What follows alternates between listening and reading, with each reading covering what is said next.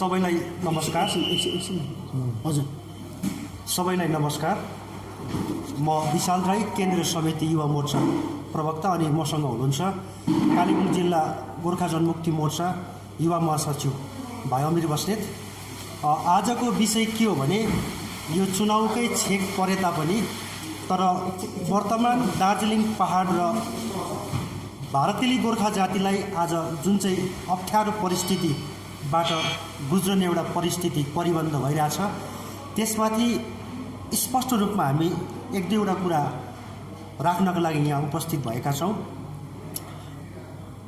एनआरसीको विषय, हिजो अस्ति आसामबाट हाम्रा प्रेम तामाङ दाजुहरू, वर्तमान जिडिसी आसामका अध्यक्ष हुनुहुन्छ, अनि किशोर उपाध्याय आसाम भाजपाका विधायक, उहाँहरूको एउटा टोली आएर जति बेला दार्जिलिङ पहाडमा एउटा डिस्कोर्स चलिरहेको थियो, एनआरसीले भारतेली गोर्खाहरूलाई जसरी आसाममा पीडित बनाइरहेको छ, अनि त्यही एनआरसी यदि भाजपा बङ्गालमा आयो भने बङ्गालमा भाजपाले सरकार गठन गरेको अवस्थामा एनआरसी लाग्दाखेरि दार्जिलिङ पहाड अथवा जिटे क्षेत्रमा बसोबासो गर्दै आइरहेका गोर्खामाथि पनि एउटा प्रताडना हुन्छ अथवा एनआरसीको लिस्टदेखि बाहिर हुन्छ भन्ने हाम्रो एउटा ठम्या अथवा ठहर थियो। तर आसामबाट आएका टोलीले एउटा यहाँ के कन्फ्युजन क्रिएट गर्यो भन्दाखेरि, उहाँले यहाँ आएर प्रेस भेला गर्नुभयो, प्रेस वार्ता गर्नुभयो, अनि जति बेला कर्स्याङबाट वर्तमान कर्स्याङका विधायक प्रार्थी हाम्रा दाजु बिपी बजगाईजीले उहाँले भन्नुभयो एउटा जनमञ्चबाट, यदि एनआरसीले एउटै पनि गोर्खालाई आसाममा यदि एफेक्टेड गरेको छ अथवा एनआरसीको लिस्टबाट बाहिर निकालेको छ भने चाहिँ म आफ्नो प्रार्थीबाट अथवा आफ्नो क्यान्डिडेचर ब्याक गर्छु भन्नुभयो। अनि त्यो प्रतिक्रियामाथि धेरै प्रतिक्रियाहरू आउन थाले। आसामबाट धेरै साथीभाइहरूले भिडियो अपलोड गरेर एनआरसीले कसरी असममा बस्ने गोर्खा दाजुभाइहरूलाई प्रभावित गरेका छन्, अनि कति असममा बस्ने गोर्खा दाजुभाइहरू एनआरसीको लिस्टबाट बाहिरेका छन् भनेर उहाँले तथ्यात्मक हिसाबमा जानकारी सरबराह गर्न थाले।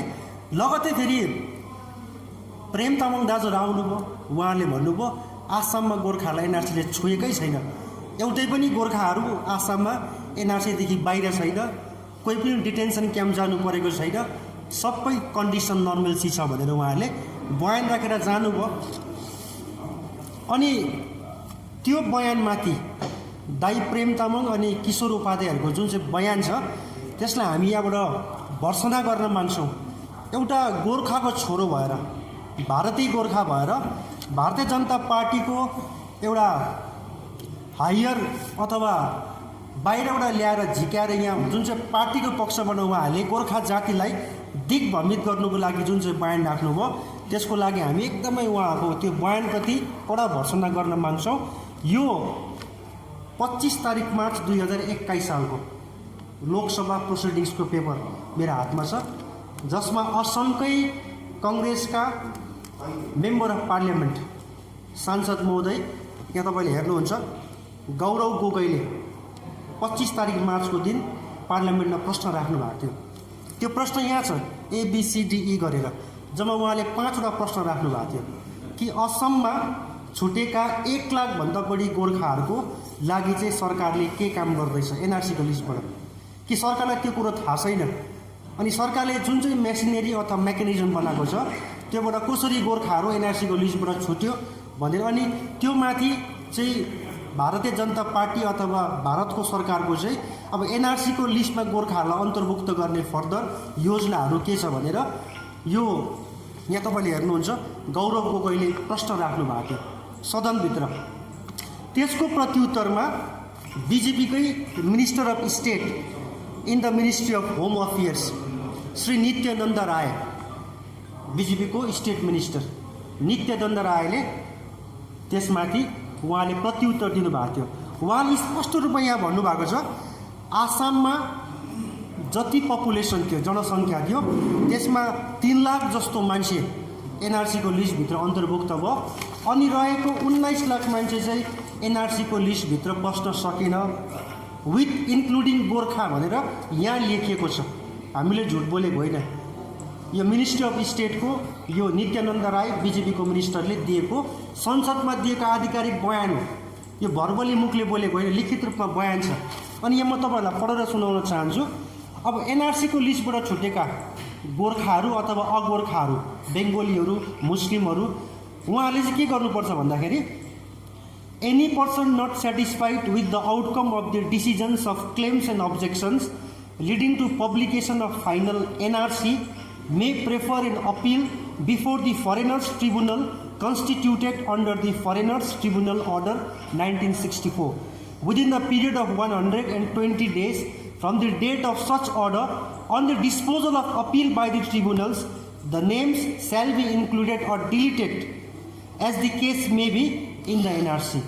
The state government was requested on 24th September 2018 to direct all concerned that only those Gorkhas, हेर्नुहोस् है यो लाइन चाहिँ एकदम भाइटल छ, only those Gorkhas who have come from Bangladesh and are living in the state of Assam can be treated as from the specified territory in accordance with section 6A of the Citizenship Act 1955.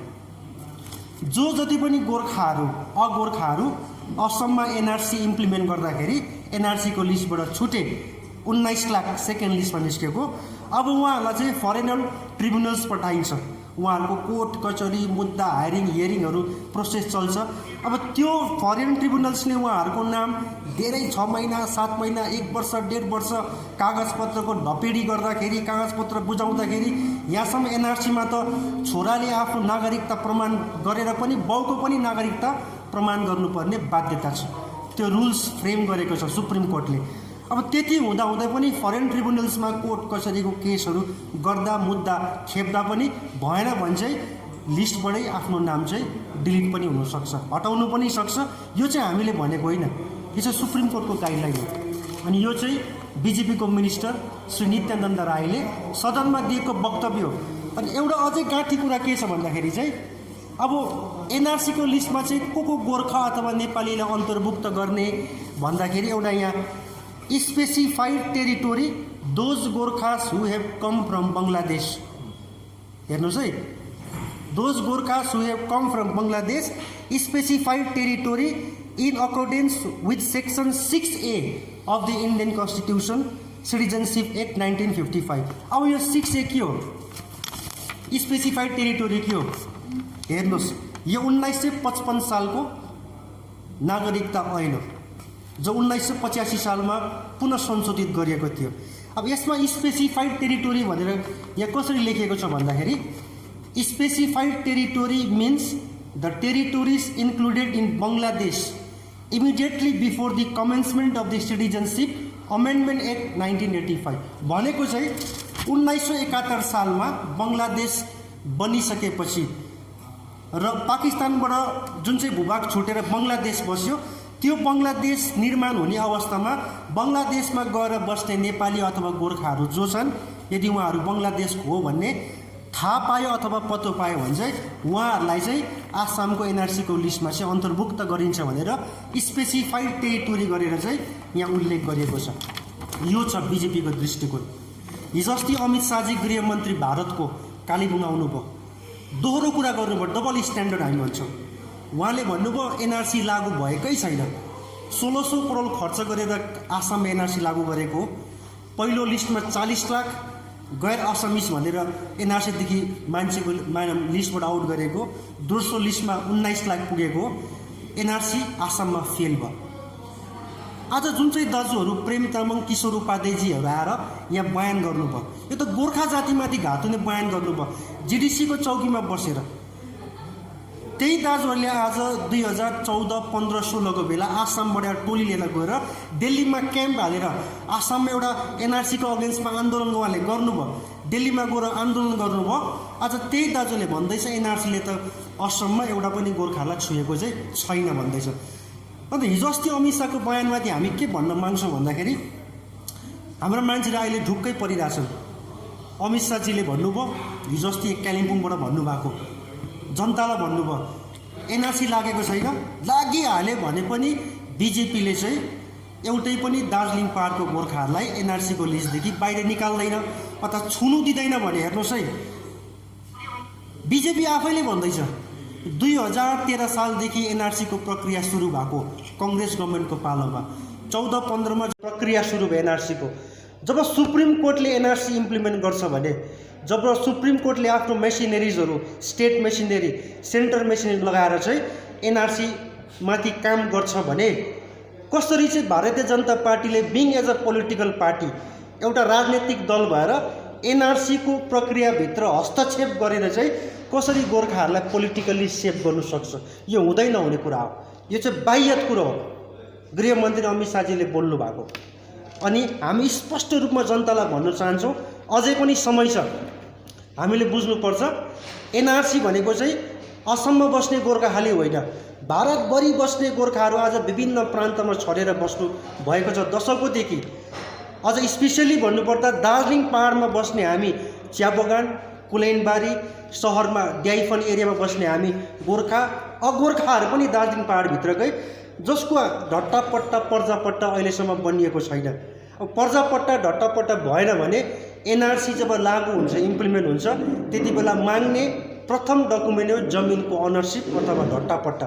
अनि यस्तो अवस्थामा बङ्गालमा NRC लागू भयो भने अनि भाजपा सरकारले भोलि पश्चिम बङ्गालमा आफ्नो सरकार गठन गर्यो भने भाजपा पार्टीले त्यसलाई एनआरसी लाउँदाखेरि सबभन्दा प्रथम एफेक्टेड हामी दार्जिलिङ पहाडमा बस्ने गोर्खा अगोर्खाहरू हुनेछौँ। अनि स्पष्ट रूपमा हामी जनताले यो कुरा भन्न माग्छौँ। अनि यहाँ धेरै साथीहरूले मिसकन्सेप्सन फैलाइरहेका छन्, स्थानीय क्षेत्रीय पार्टीहरूले पनि। गोर्खा राष्ट्रिय मुक्ति मोर्चाका साथीहरूले भन्दै हुनुहुन्थ्यो, अहिले पनि भन्दै हुनुहुन्छ, 1988 सालमा पास भएको भारत सरकार, पश्चिम बङ्गाल सरकार र गोर्खा राष्ट्र मुक्ति मोर्चामा भएको चुक्ति डिजेसीको अकोर्ड र त्यसको भोलिपल्ट साइन भएको जुन चाहिँ नागरिकता विषय उहाँले त्यो घरिघरि बयान दिनुहुन्छ नि, डिजेसी एफर्डले, डिजेसीको ग्याजेटले अथवा नागरिकता सम्बन्धी जुन चाहिँ पेपरहरू प्रस्तुत गर्ने उहाँले घरिघरि काम, त्यसले सेभ गर्छ भन्नुभयो। यहाँसम्म भन्नुभयो एउटा उपचुनावमा जितेको विधायक हाम्रा दाइ निरज जिम्बाजीले त एनआरसीले न इस्कुसलाई छुन्छ, न बाख्रालाई छुन्छ, न सब्जीलाई छुन्छ, न फर्सीलाई छुन्छ भन्नुभयो। एउटा विधायक भएर एउटा उकिल जस्तो सम्मानजनक पदमा बसेर नियम कानुन जाने मान्छेले यस्तो बाह्यत कुरा बोल्नु हुँदैन, जनतालाई भ्रममा पार्नु हुँदैन। यदि डिजेसी चुक्तिले यदि भारतीय गोर्खालाई बचाउँथ्यो भने एनआरसी जब आसाममा लागू भयो, आसाममा गोर्खालाई एनआरसीले छुयो।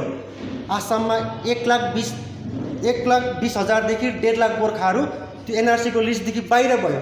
20,000देखि 25,000 गोर्खाहरूले योपालिको असमको विधानसभा चुनावमा मतदान गर्न पाएनन्। त्यसलाई डिजेसीको अकोर्डले काम गरेन, छुयो। अनि यो चाहिँ बाह्यत कुराहरू यहाँ गर्दैछ क्षेत्रीय दलका कतिपय साथीहरूले पनि। हामी समय हुँदै जनतालाई यो आह्वान गर्न चाहन्छौँ, यो एनआरसी भनेको चाहिँ तपाईँ र मेरो लागि चाहिँ कोरोना जस्तै हो। जस्तो कोरोनाले कसैलाई छुट्याउँदैन, त्यस्तै यो एनआरसीको कोरोनाबाट बाँच्नु भने चाहिँ हामीले मार्क्स भनेको चाहिँ हाम्रो क्षेत्रीय एस्पिरेसन, क्षेत्रीय आकाङ्क्षा, क्षेत्रीय दललाई चाहिँ हामीले जिताएर ठिक ठाउँमा पुर्याउनु पर्ने हुन्छ।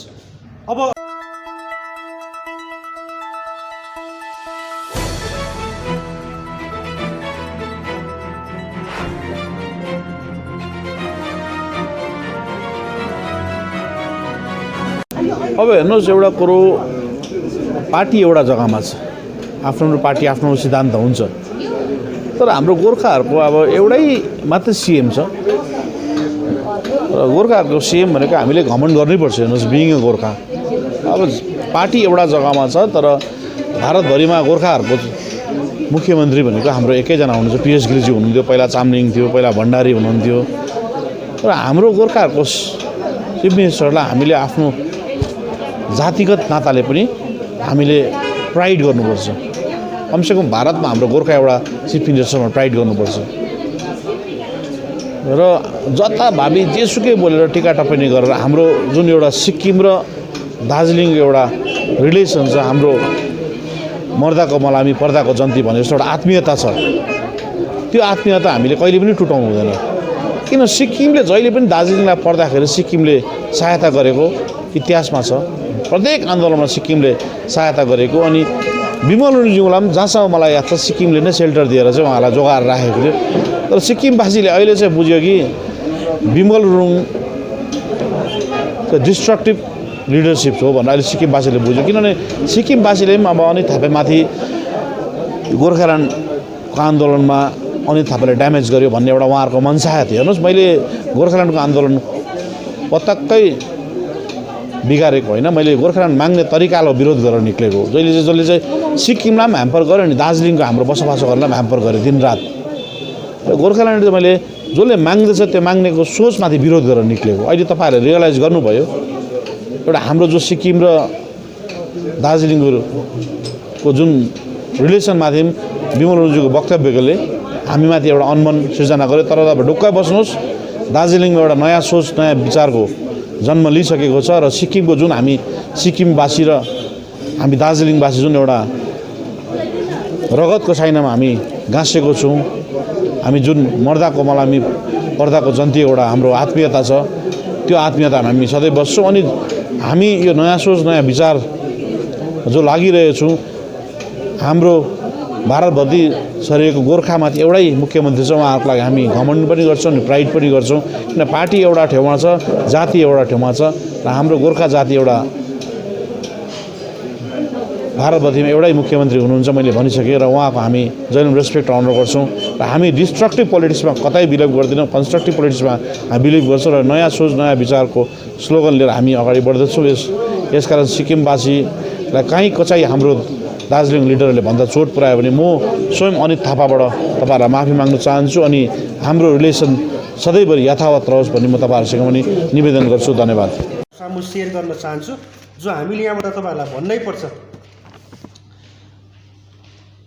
2020 मा सदनमा भारतीय जनता पार्टीले देशमा चल्दै आइरहेको 44 वटा लेबर सम्बन्धी श्रम सम्बन्धी कानुनलाई मासेर उहाँले 4 वटा कोड अथवा बिल प्रस्तुत गर्नुभयो, बिल ल्याउनु भयो। त्यसमा पनि भारतभरि काम गर्ने श्रमजीवी लेबरहरू, के चियाबारीमा काम गर्ने, के कुलेनबारीमा काम गर्ने, सबै जग्गामा आफ्नो आफ्नो अवस्था स्तरमा काम गर्ने जुन चाहिँ उहाँहरूले वेज कोड बिल पारित गर्नुभयो नि, त्यो वेज कोड बिल पनि आज हामीले हेर्दाखेरि एकदमै श्रम विरोधी छ। पहिले काम गर्ने अवस्था समय 8 घन्टा थियो, नयाँ वेज कोड बिल मार्फत चाहिँ त्यो अनुसार काम गर्ने अब समय 8 घन्टादेखि बढेर 12 घन्टा बनाइएको छ। हेर्नुहोस् है, घरिघरि हाम्रा राजु विष्टजी एमपी यहाँसम्म गृहमन्त्रीले पनि भन्नुहुन्छ भारतीय जनता पार्टी बङ्गालमा सरकार बनाएपछि हामी मिनिमम वेज चाहिँ न्यूनतम ज्याला 350 रुपियाँ बनाउँछौँ भनेर चियाबारीको जनतालाई, कुलेनबारीको जनतालाई उहाँले आश्वासन दिनुभयो। उहाँले जुन चाहिँ यो वेज कोड बिल पास गर्नुभयो नि, त्यसमा उहाँहरूले 176 रुपियाँ गरेर चाहिँ न्यूनतम ज्याला निर्धारित गरिसकेको छ। खालि योपालि उहाँले 2 वर्षमा भारतीय जनता पार्टीले 2 रुपियाँ बढाउने काम गर्यो। पहिले 174 रुपियाँ थियो, अहिले 176 रुपियाँ बनाएर चाहिँ मिनिमम वेज उहाँले डिक्लेयर गरिसकेको छ। अनि 350 रुपियाँ चाहिँ बाह्यत कुरा, किनभने असममा भारतीय जनता पार्टीको सरकार छ। अनि त्यही भारतीय जनता पार्टीको सरकार आउनुभन्दा अगाडि उहाँले वचन गर्नुभएको थियो चियाबारीमा काम गर्ने असमी जनताको लागि हामी 350 रुपियाँ न्यूनतम रोज गर्छौँ भनेर। तब जब असममा बिजेपीको सरकार गठन भयो त्यति बेला बिजेपी सरकारले आफै एउटा एक्सपर्ट कमिटी गठन गर्यो न्यूनतम ज्यालामाथि। अनि एक्सपर्ट कमिटीले एउटा रिपोर्ट बुझायो कि न्यूनतम ज्याला चाहिँ असमको चिया बगानमा काम गर्ने जनताको 375 रुपियाँ हुनुपर्छ भनेर रिपोर्ट बुझायो। त्यो रिपोर्टमाथि सुनवाई भएन, अहिलेसम्म थाँती छ। असममा आफ्नै बिजेपीको सरकार हुँदा पनि 350 रुपियाँ रोज बनाउन सकेन भने यता पश्चिम बङ्गालमा सरकार नआइकन हामी 350 रुपियाँ आइसकेपछि 350 रुपियाँ बनाउँछौँ भनेर जनतालाई झुट बोलेर यहाँ जनताको मतदान लुट्ने काम गर्ने प्रयास चाहिँ भारतीय जनता पार्टीले गरिरहेछ। यहाँसम्म चाहिँ अब यो नयाँ श्रम कानुनमा अब यो चियाबारीमा कुलेनबारीमा अब युनियनबाजी सङ्गठित भएर श्रमिकको लागि लड्ने एउटा सङ्गठन गठन गर्ने अथवा काम गर्ने प्रावधान पनि मोटामोटी नयाँ श्रम कानुनमा छैन। 60 दिन अगाडि कुनै पनि सङ्गठनले हामी हडताल गर्छौँ यो मागमाथि भनेर 60 दिन अगाडि चाहिँ उहाँहरूले चाहिँ बगान म्यानेजरलाई अथवा सरकारलाई चाहिँ त्यो एउटा नोटिफिकेसन बुझाउनु पर्ने हुन्छ। यो पहिले थिएन, यो चाहिँ नयाँ श्रम कानुन हो। अब यो सँगसँगै भन्नुपर्दाखेरि बनबस्तीको कुरा हामीले भन्नुपर्छ। असम मात्र होइन, धेरैवटा भारतीय प्रान्तहरू राज्यहरू जहाँ बिजेपीको सरकार गठन छ अहिले। तपाईँले त्यहाँकै डेटा कलेक्सन गर्नुभयो भने 2006 सालमा वन अधिकार कानुन पास भयो 2006मा, जुन कानुन अनुसार चाहिँ यति बित्न वर्षहरूदेखि दशकौँदेखि वन क्षेत्रमा बस्दै आइरहेका वनवासीहरूले उहाँहरूको अधिकार स्वरूप पर्जापट्टा पाउनुपर्ने हो। र बिजेपी सरकारले भन्दैछ हामी चाहिँ पर्जापट्टा दिन्छौँ भनेर। तर बिजेपी शासित राज्यहरूमै अहिले पनि 51 देखि 60% जति पनि ज्ञापनहरू, दस्तावेजहरू, एप्लिकेसन्सहरू बुझाइयो पर्जापट्टा दिनुपर्छ भनेर श्रम सङ्गठनहरूले, वन श्रमिकजीवी सङ्गठनहरूले। तर बिजेपी शासित राज्यहरूमै पर्जापट्टा दिने मागमाथि चाहिँ सुनवाई भएन, उल्टा त्यो एप्लिकेसन्समाथि, त्यो दस्तावेजहरूलाई चाहिँ रद्द गर्ने काम गर्यो। यसरी झुट बोल्दैछ बिजेपी सरकारले। अब किसानको कुरा गर्दाखेरि हेर्नुहोस्, किसानको कुरा भनेर पास गरियो, त्यहाँको त्यो नागरिकता कानुन थियो। अहिले तपाईँले रोहिङ्ग्याको प्रकरणहरू हेर्नुहुँदैछ, अहिले भारतमा रोहिङ्ग्याहरू पस्यो, अनुप्रवेशकारी भयो भन्दैछ। अहिले बस्दै गरेको रोहिङ्ग्याहरू त्यति बेला 1983 सालमा यो बर्मा सिटिजनसिप ल पास भइसकेपछि अवैध घोषणा गरेर चाहिँ निकालिएको रोहिङ्ग्याहरू त्यति बेलाको बर्मिसहरू हो। हेर्नुहोस्, 1990 को दशकमा भुटानबाट एउटै संस्कृति, एउटै भाषा मान्नुपर्छ, एउटै वेशभूषा मान्नुपर्छ भनेर आधिकारिक फरमान हुँदाखेरि र धेरै नेपालीहरूले, भूपालीहरूले नमान्दाखेरि नेपालीहरू खेदिएको त भुटानबाट हामीले आफ्नै आँखाले देखेको नि, पढेको सुनेको। र आज एनआरसी लाग्नु भनेको बङ्गालमा चाहिँ, यो चाहिँ अब आसाममा त एनआरसी त त्यहाँका जनताले, त्यहाँका विभिन्न राजनैतिक दलहरूले आसामको एनआरसीलाई अमान्य गरिरहेका छन् भनेपछि अब बिजेपी सरकारको अहिले यो बङ्गालमा मेनिफेस्टोको प्रमुख एजेन्डा भनेको चुनावी घोषणापत्रको एनआरसी लगाउने हो। अब एनआरसी लगाउनु भनेको चाहिँ यो गोर्खाली होइन, अगोर्खाहरू सबै जो जति हामी दार्जिलिङ पहाडमा अहिलेसम्म मिलेर बसेको छौँ, हामीमाथि चाहिँ ठुलो अन्याय हुन्छ, ढट्टापट्टा पर्जापट्टा नहुने मान्छेमाथि। अनि हामी एकदमै जनतालाई सतर्क बस्ने आह्वान पनि गर्न चाहन्छौँ। अनि विशेष गरी हामी तपाईँहरू समक्ष एउटा अपिल पनि गर्न माग्छौँ। अब भारतीय जनता पार्टी भनेको बहुसङ्ख्यक विचारधारा, उग्र राष्ट्रियतावाद, उग्र धार्मिक हिन्दू कट्टरवादी विचारधारा लिएको एउटा राजनैतिक दल हो। अनि हामी अहिले बाँच्दै गरेको अवस्थामा, हामी बाँच्दै गरेको भूगोलमा हाम्रो गोर्खा जनजातीय संस्कृति भिन्नै तहको कुरा हो। अनि जब यहाँ जय गोर्खाको नारालाई हटाएर जब धार्मिक रूपमा पनि नभएर राजनैतिक हिसाबमा रामको नामलाई बदनाम गरेर जय श्री राम भनेर पोलिटिकली डाइभर्ट गर्ने काम गर्छ। हाम्रो लडाइँ भनेको आजको दिनमा चाहिँ राजनैतिक दलभन्दा पनि यो विचारधारासँग हो, जुन चाहिँ विचारधाराले आज गोर्खाको विविध संस्कृतिलाई मास्ने एउटा षड्यन्त्र गरिरहेको छ। जुन चाहिँ विचारधाराले आज हामी दार्जिलिङ पहाडमा के बिहारी, के मारवाडी, के कोचेमेचे, के तामाङ, के राई, के भुटिया, के लिम्बू, कामी दमाई, सार्की, भुटिया, लेप्चाहरू मिलेर बसेको छौँ, बहुल संस्कृति होइन। अनि यो विचारधारालाई चाहिँ भारतीय जनता पार्टीको जुन उग्र राष्ट्रियतावादी र उग्र कट्टर हिन्दुत्ववादी जुन विचारधारा छ, यसले मास्ने प्रयत्न गरिरहेको छ। अनि यसबाट जनता एकदमै सतर्क बस्ने हो। अनि हामीले कमसेकम चाहिँ दार्जिलिङ पहाडलाई बचाउनुपर्छ। अब त स्थिति यस्तो आयो, राजनैतिक दल बचाउने होइन, अब त दार्जिलिङ पहाड बचाउनुपर्छ। दार्जिलिङ पहाड बाँच्यो भने हामी बाँच्छौँ, अनि हामी गोर्खा बाँच्यो भने गोर्खाको मुद्दा यो भारतमा बाँच्छ, अनि एक दिन गएर फत्ते पनि हुन्छ। तर अब दार्जिलिङ पहाडै बाँचेन भने, गोर्खा संस्कृति बाँचेन भने, या भाषै बाँचेन भने, यहाँसम्म चाहिँ बिजेपीले योपालि बङ्गालको जुन चाहिँ चुनाव मेनिफेस्टो निकाल्यो त्यसमा त स्पष्ट भनिरहेको छ, बिजेपीले त कक्षा 10 सम्म बङ्गाली भाषालाई चाहिँ कम्पलसरी गर्ने भनेर उनीहरूको स्टेटको मेनिफेस्टोमा लेखेको छ। अरे 2017 सालमा त्यही बेङ्गोली भाषा थोप्यो भनेरै हामीले आन्दोलन गरेको होइनौँ। अनि त्यही बिजेपीले आज चाहिँ हामी बङ्गालमा सरकार बनाइसकेपछि बेङ्गोली भाषा चाहिँ कम्पलसरी गर्छौँ भनेर चाहिँ मेनिफेस्टोमा लेखेको छ। अनि यस्तो बिजेपीलाई भोट दिने हामीले जिताउने हो, राज्यमा पुर्याउने हो।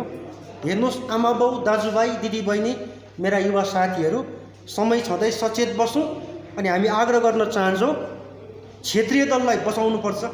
जुन चाहिँ क्षेत्रीय दलले तपाईँ र मेरो एस्पिरेसन बोक्छ, जुन चाहिँ क्षेत्रीय दलले तपाईँ र मेरो निम्ति आज ढाल भएर अगाडि गएर कुरा गरिदिन्छ अनि एनआरसी जस्तो कुरादेखि अनि बिजेपीको यो ढाँट छलको राजनीतिदेखि तपाईँलाई मलाई जोगाउँछ त्यस्तो क्षेत्रीय दललाई हामीले सपोर्ट गरेर हामी अघि लानुपर्छ भन्दै म यो अपिल यही